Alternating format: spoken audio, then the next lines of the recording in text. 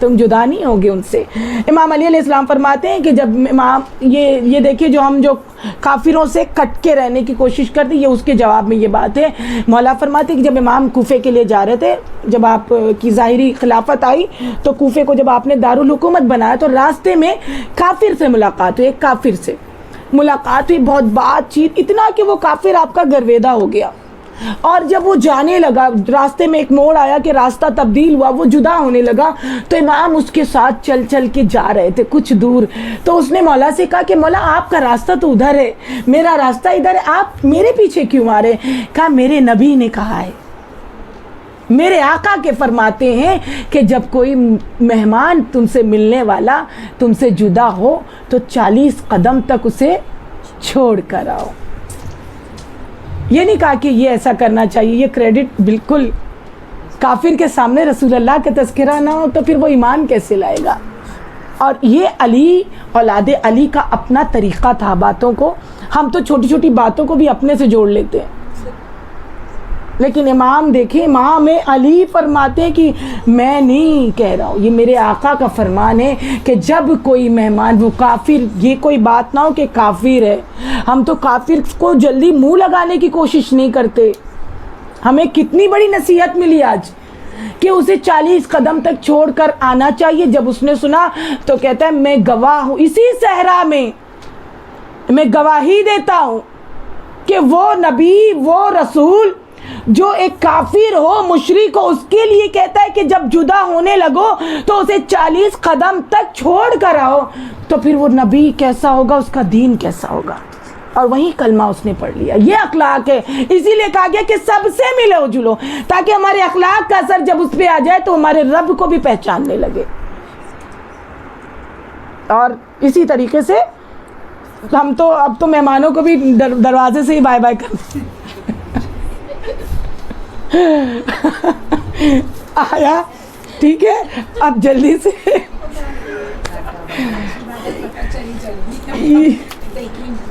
انشاءاللہ. نہیں، یہ طریقہ ہونا چاہیے کم سے کم. یا آج کل تو لفٹ کا سسٹم ہے، لفٹ میں اترے اور رکشہ بھی ملنا مشکل ہوتی ہے مہمانوں کو، اور نیرل میں تو انہیں رکشہ ڈھونڈ کے دے، انہیں رکشے میں بٹھائے اور پھر خدا حافظ کر. وہ بھی ایک کام ہے. یہ طریقہ ہونا چاہیے. بس ایک لاسٹ، امام جعفر صادق علیہ السلام، اس کی بات ختم، کیونکہ ایک لائن کی ایک حدیث ہے اسی میل جول سے. یہ سارا انشاءاللہ ایگزام ہوا تو سب کو سب لکھنا ہوگا. امام فرماتے ہیں، اسی لیے میں بتا رہی ہوں ماشاءاللہ سے یہ جو ساری باتیں نوٹ ڈاؤن ہو رہی ہیں بس یوں سمجھنے کے لیے تو ہے، لیکن آپ کو لکھنا بھی پڑے گا. امام فرماتے ہیں کہ کبھی کسی سے ملو جلو اور کوئی عیب نظر آئے تو یہ نہ کہو کہ وہ برا ہے، یہ نہ کہو کہ وہ انسان برا ہے، وہ فلاں بری ہے، وہ فلاں اچھی نہیں ہے. یہ کہو کہ یہ اس کی عادت خراب ہے. اس شخص کو، اس کے ذات کو برا نہ کہو. اس کو بولنا ہی کیوں ہے؟ اس کو تمہاری یہ عادت ٹھیک کر لو. ہاں، پرسنلی تم اچھے ہو. جیسے اگر کوئی بات تمہارے ذہن میں آ بھی گئی تو اس انسان کو، کیونکہ جب تم نے اس انسان کو برا کیا تو تم نے اس کے اللہ کی کریشن کو برا کہہ دیا، اللہ کی مخلوق کو تم نے غلط کہہ دیا. بات سمجھ میں آئی؟ اس کی عادت کو برا کہو، وہ اسے نہ کہو. اس دعا کے ساتھ ہم اس کلاس کو ختم کرتے ہیں کہ پروردگارہ نہ صرف ہمیں جو کچھ ہم نے پڑھا، جو کچھ ہم نے سیکھا، پروردگار اس پر ہمیں عمل کرنے کی توفیق عطا فرمائے. اور امام زمانہ کے فضل و کرم سے اس کلاس میں ہمیں پڑھانے کا موقع دیا. پروردگار شکریہ ادا کرتے ہیں ہم سارے مل کر امام زمانہ کی خدمت اقدس کی. محمد